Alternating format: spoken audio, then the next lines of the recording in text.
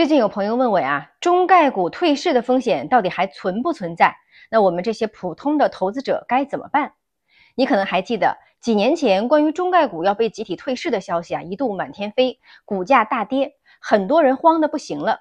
那么到了现在，2025年的9月，事情的真相究竟是什么呢？今天我们就来讲清楚。所谓中概股，就是注册地在中国，主要公司的业务在中国，但是却在美国上市的公司。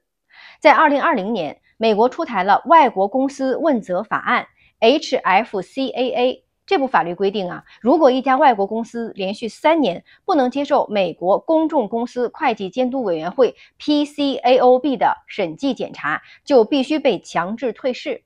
这就是为什么在2021到2022年，中概股曾经集体大跌，因为大家担心审查期一到，很多公司要被赶出美股市场。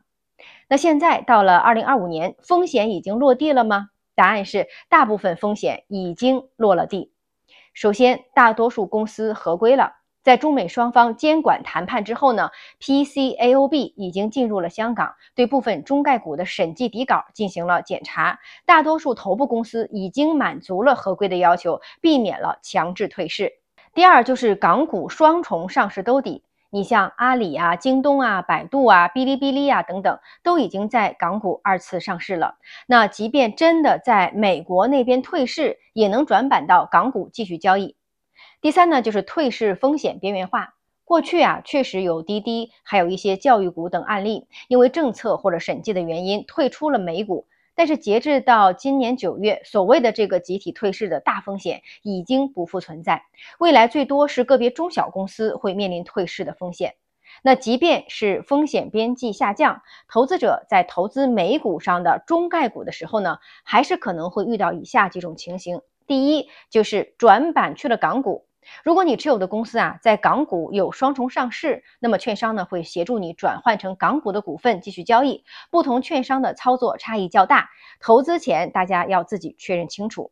第二就是公司私有化，有些公司呢会选择退市并且回购股份，但是通常价格会打折，投资者可能会面临卖亏或者是资金被锁的情况。第三就是进入 OTC 场外市场。个别没有港股上市又不愿意合规的公司可能会变成粉单股，这种情况下流动性就差了，投资体验非常差。那普通投资者该怎么应对呢？首先，不要孤注一掷，哪怕是大公司，也不要把全部的资金放在单一中概股上。第二，优选港股的龙头，像腾讯呀、阿里呀都已经在港股上市了，直接买港股比绕到美股风险更低。第三，善用 ETF 做替代。你想要覆盖中国互联网公司啊，就可以考虑买中概互联网 ETF 或者恒生科技指数 ETF。想要分散风险，可以配置沪深300 ETF、MSCI 中国 ETF 或者是新兴市场 ETF。第四，看清架构，别忘了呀，中概股普遍是 VIE 架构，你持有的只是合同权益，那这个力度和直接买苹果、微软的正股是完全不同的。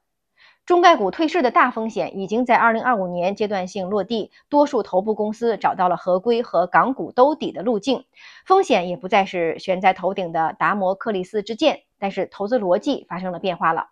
我们投资不能只看企业的财报和股价，还要看它背后的制度规则、监管博弈和法律保障。对于普通人来说呀，未来更稳健的方式还是直接买港股的大盘股，或者用 ETF 进行分散配置，而不是冒着制度性的风险去单一压住某一只美股上的中概股。